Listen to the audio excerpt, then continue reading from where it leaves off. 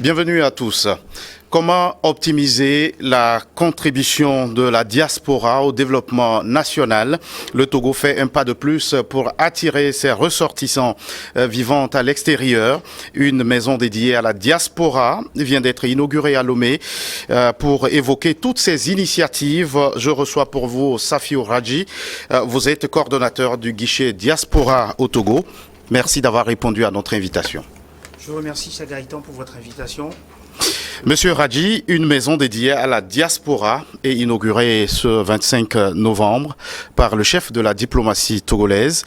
En quoi est-elle importante, cette maison? Si vous permettez, Gaëtan, je vais d'abord vraiment vous dire toute ma gratitude et ma reconnaissance aux plus hautes autorités de ce pays, et notamment au chef de l'État, son Excellence Faure Eswatini Gnassingbé, d'avoir bien voulu vraiment répondre à ce besoin de la diaspora de disposer d'un lieu au Togo pour pouvoir se réunir, pour pouvoir travailler et promouvoir les projets. Je voudrais aussi dire ma reconnaissance au ministre qui vraiment s'est battu pour obtenir pour nous ce site, ce lieu fabuleux, parce que tout le monde a vu la qualité du site et le cadre idéal qui est maintenant organisé pour travailler avec la diaspora. Maintenant, pour répondre à ma question, en quoi cette maison est-elle importante? En fait, il faut d'abord partir du fait que l'idée de maison, c'est un symbole assez fort. Quand on rentre chez soi, c'est important d'avoir une maison parce que c'est le lieu où on se sent chez soi, on se sent vraiment chez soi. Donc c'est en partant de cette demande-là de la diaspora, mais aussi quelque chose qui était considéré comme pour le gouvernement comme étant un espace dédié qui permettait réellement de rencontrer la diaspora, de travailler avec la diaspora. Il était important qu'à cette phase-là de la mise en œuvre de la feuille de route des Togolais de l'extérieur, on puisse disposer de ce site qui permet vraiment d'avoir un outil de travail. Et que faut-il en retenir? Le gouvernement se montre préoccupé, il faut le dire, par rapport aux préoccupations, aux questions liées à la diaspora. Ce n'est pas d'aujourd'hui que date la prise en compte au Togo de la question de la diaspora. C'est une évolution très ancienne, une gouvernance assez ancienne, la question de la diaspora, qui répond aussi à une évidence de notre époque, à savoir que notre époque, c'est une époque de migration, et donc ça veut dire que beaucoup de compatriotes partent à l'étranger pour aller s'installer, pour aller développer leurs compétences, développer leur expertise. Et il est normal qu'un pays comme le nôtre, qui est un pays moderne, un pays assez actif à l'international, avec une diplomatie assez active, se préoccupe de la question de la diaspora. Et je reviendrai tout à l'heure sur un certain nombre d'initiatives qui sont prises, y compris à l'international par le Togo, qui apparaît aujourd'hui comme un modèle en matière de gestion des relations avec la diaspora. Et alors, comment vous, en tant que coordonnateur du guichet diaspora, et évidemment avec le président du Haut Conseil des Togolais de l'extérieur, vous comptez jouer votre rôle pour faire vivre ce joyau dédié à la diaspora? Si vous permettez, Gaëtan, je voudrais saluer l'importance du Haut Conseil des Togolais de l'extérieur dans le dispositif institutionnel qui a mis en place. Son président était là à l'inauguration, il y avait d'autres délégués pays aussi qui étaient présents. Et j'en profite pour faire un message pour les délégués pays. C'est vraiment leur lieu, la maison de la diaspora. C'est vraiment leur site. C'est à eux de vraiment faire vivre ce lieu, d'envoyer nos compatriotes vers ce lieu, de venir eux-mêmes y travailler.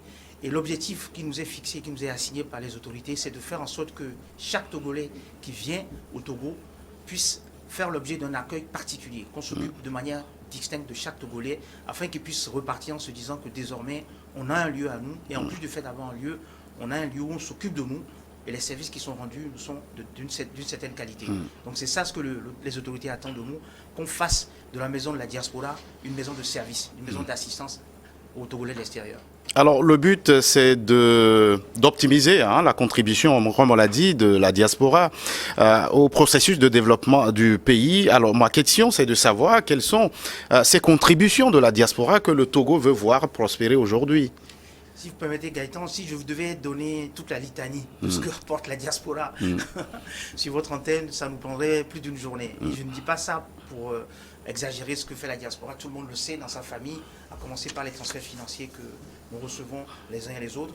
Mais ce n'est pas que les transferts financiers. Même si je dois rappeler le chiffre, parce que c'est un chiffre important qu'il faut garder à l'esprit, entre 2015 et 2020, il faut se rendre compte que la somme totale que la diaspora a envoyée au Togo, ça représente 2 milliards. 2 milliards de dollars US. Donc c'est des chiffres qui sont assez colossaux, qui montrent l'importance des contributions de la diaspora. Mais au-delà de ça, Ce n'est pas que les transferts financiers qui sont notre objectif et notre enjeu principal. L'objectif, c'est de développer la vocation économique, le patriotisme économique des Togolais de l'extérieur, pour qu'ils puissent venir investir au Togo, créer au Togo de l'emploi, faire en sorte qu'on sente une participation effective des Togolais de l'extérieur au développement du pays dans certains domaines clés comme l'agriculture, où aujourd'hui le Togo a des projets porteurs avec des opportunités intéressantes pour la diaspora, que ce soit dans les services, en logistique, dans le domaine financier, tous ces domaines-là où les Togolais de l'extérieur excellent, on leur donne la possibilité avec le guichet diaspora et le Haut Conseil, les délégués pays, de vraiment pouvoir avoir leur chance et développer leur capacité d'évoluer au Togo, de créer des activités au Togo et de s'enrichir au Togo.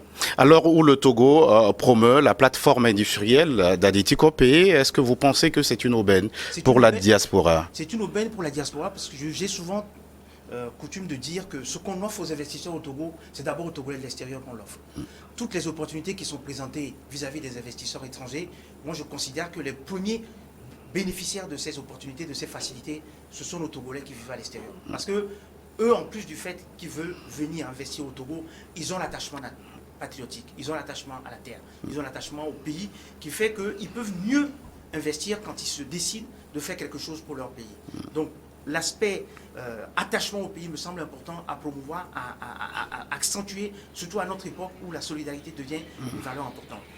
Et par ailleurs, il se trouve que dans le processus de mise en place de la plateforme d'Aditi Copé, nous avons travaillé, nous, en amont, pour préparer ce genre de sites qui seraient des sites idéaux d'accueil des projets des Togolais de l'extérieur, que ce soit dans le domaine industriel. Actuellement, je travaille sur un projet qui consiste en fait à créer au Togo des pondeuses industrielles. Ça, ce sont des exemples de projets qui vont être installés sur ce site et qui permettront de créer des emplois, de faire du développement durable au Togo. Alors, à part ça, est-ce qu'il y a au niveau de ce guichet diaspora que vous coordonnez des projets que vous pensez pouvoir mettre en œuvre par le truchement de la maison dédiée à la diaspora? On a annoncé au début de l'année, lorsque en mai, le guichet diaspora a été lancé, un programme d'activité, un programme d'action qui vise sur les 3 ans qui viennent. Et comment vous le déclinez? Je pourrais le décliner en vous citant juste quelques projets phares. C'est vraiment des projets assez importants. Le premier projet phare, sur lequel je reviendrai tout à l'heure, c'est le recensement des Togolais de l'extérieur. Parce qu'on ne peut pas faire de gouvernance de la diaspora, de stratégie pour la diaspora, même si on a déjà la vision qui est portée par le chef de l'État et brillamment mise en œuvre par le ministre, on a besoin d'avoir des éléments clés. Et dans ces éléments clés-là, le recensement permettra d'avoir à la fois le nombre, combien nous sommes, et les profils. Qu'est-ce que nous représentons? Alors, ça fait longtemps qu'on a lancé ce projet. On va aller étape par étape. Où est-ce que nous en sommes aujourd'hui? Combien sont-ils, ces Togolais de l'extérieur? Justement, Gaëtan, vous me laisserez encore un peu de temps pour que je revienne ici vous annoncer les résultats de ce recensement. Mais ce que je peux vous dire, c'est qu'il y a déjà un engouement qui est créé autour de la préparation du recensement. Le ministre, son Excellence, professeur Robert Bousset, a bien voulu nous accorder la possibilité d'aller faire une mission de sensibilisation partout dans le monde. On a été en Côte d'Ivoire, on a été au Gabon pour ce qui est de l'Afrique, on a été en Europe en passant par Paris et on a été en Europe, aux États-Unis, à Washington, où on a rencontré vraiment la diaspora sur le terrain. Quel était l'objectif de cette mission de sensibilisation?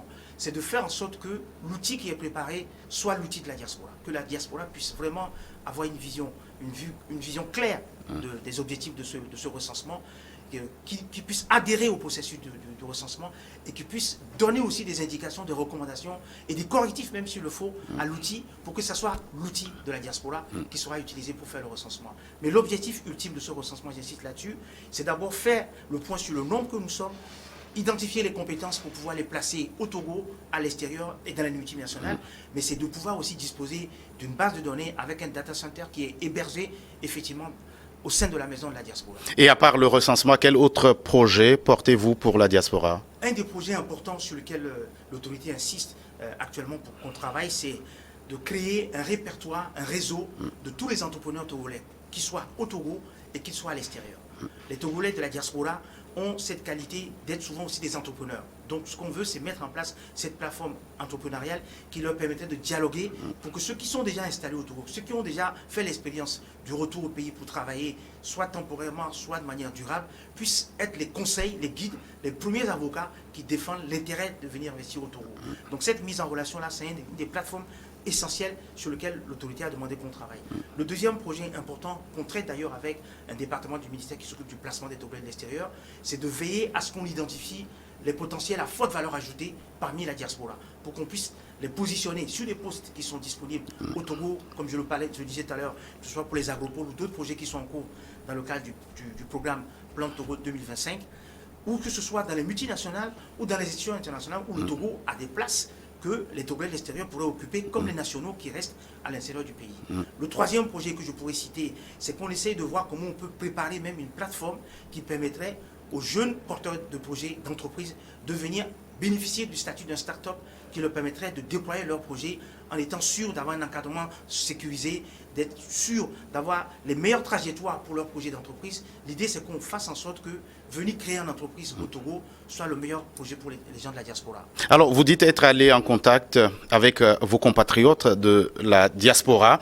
Que vous ont-ils dit par rapport à leurs préoccupations qui ne sont pas encore prises en compte? En fait, vous savez, l'approche pragmatique du ministère, c'est de vraiment partir à l'écoute des besoins. C'est même pour ça que, pour la première fois, dans ce recensement, l'autorité a insisté pour qu'on inclue un dispositif pour l'analyse des besoins de la diaspora. Et à cette question-là, est venu trois éléments essentiels de la part de la diaspora. Le premier élément, c'est qu'ils veulent pouvoir faire plus facilement le document administratif. Et ça, on est déjà en train de mettre en place les dispositifs pour répondre à ce besoin. Je peux citer l'exemple de ce qu'on a fait cet été, qui était un peu les moments de porte ouverte qu'on a organisés durant l'été pour que les personnes qui sont là pendant les vacances puissent bénéficier des services les plus rapides pour faire leur carte d'identité, leur passeport et même leur nationalité. Donc ça, cette question des documents administratifs est venue en premier parmi les besoins qui sont exprimés. C'est vrai que ces besoins-là sont déjà assumés pleinement par les missions diplomatiques et les postes consulaires, mais l'idée ici, c'est de voir comment, quand ils passent à Lomé, ou quand ils ont la possibilité d'envoyer des éléments à Lomé, comment on peut les aider depuis Lomé à régler les questions administratives. C'est ce qui est à l'étude et notre ministère est en train d'organiser les choses pour qu'on puisse avoir des réponses encore plus abouties, plus rapides.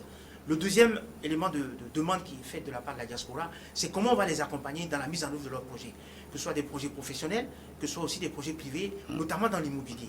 Et là encore, on est en train de mettre en place une plateforme qui va permettre directement de répondre à ce besoin de la diaspora, qui depuis l'extérieur pourra avoir toutes les réponses qu'il souhaite à ces questions. Et quand il vient ici, c'est pour l'exécution et la mise en œuvre de leur projet. Même dans les domaines les plus pointus, on veut être capable de répondre à leurs besoins parce qu'on s'appuie sur un maillage que l'autorité a mis en place. On a des points focaux diaspora dans tous les ministères aujourd'hui au Togo, comme on a des points focaux diaspora au sein de tous les ambassades dans le monde entier. Donc l'idée, c'est d'utiliser ce maillage-là pour donner le meilleur service aux porteurs de projets qui viennent s'installer ou investir au Togo. Et justement, précisément, à ce niveau de mise en œuvre de leur projet, est-ce que vous trouvez important de leur accorder des facilités? Les facilités existent déjà. Souvent, c'est qu'elles sont méconnues. Une des pistes sur laquelle on travaille, c'est de voir comment on pourrait mettre en ligne une plateforme unique qui serait visible au niveau de tous les ambassades pour que chaque Togolais de l'extérieur puisse avoir une espèce de guide de Togolais de l'extérieur qui lui dise quels sont les avantages qu'on lui donne, quelles sont les facilités qu'on lui donne, que ce soit pour la vie courante, la vie civile, que ce soit pour la mise en œuvre de ces projets, mais que ce soit aussi pour un certain nombre de choses qui se passent dans le pays dont les Togolais de l'extérieur ne sont pas informés. Donc l'idée, c'est d'aller vers eux pour leur apporter l'information, leur apporter l'assistance et leur démontrer qu'il y a beaucoup de facilités qui sont au Togo et dont il faudrait qu'ils bénéficient en tant que Togolais de l'extérieur. Safiou Radji, très rapidement, on sait que le Togo prend aussi des initiatives inspirées de la décennie 2021-2031, des racines et des diasporas africaines. Est-ce que des diasporas africaines décrétées par l'Union africaine, quel est votre regard sur ces initiatives? En fait, si vous permettez, Gaëtan, je vais prendre 2 minutes pour... Non, très rapidement, on n'a plus de temps. Parce que c'est un sujet très important et sérieux. Imaginez-vous qu'un pays comme le Togo, qui est un petit pays en nombre, en taille, a réussi à imposer dans l'agenda de l'Union africaine le fait d'avoir un décennie des racines et des diasporas africaines. En soi, déjà, c'est un acte qu'il faut saluer de la part des plus autorités. C'est une avancée pour vous.